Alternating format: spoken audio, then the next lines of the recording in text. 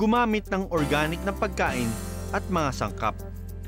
Piliin ang mga pagkaing dagat na in-season o sagana sa partikular na panahon.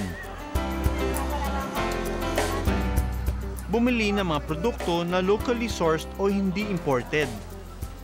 Pero bukod sa sustainable cooking, dapat hindi rin nag-aaksaya. Kaya may iba pang tips kung paano maiwasan ang pag-aaksaya.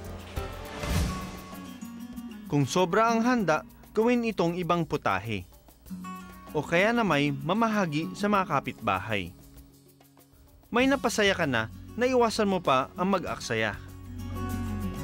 Ugaliing maghanda ng shopping list at sundin ito para maiwasan ang pagbili ng bagay na hindi naman kailangan. Magdala ng reusable bags at containers kapag namimili. Sa ganitong paraan, may iwasan ang pagdami ng kalat na may uwi mo sa bahay.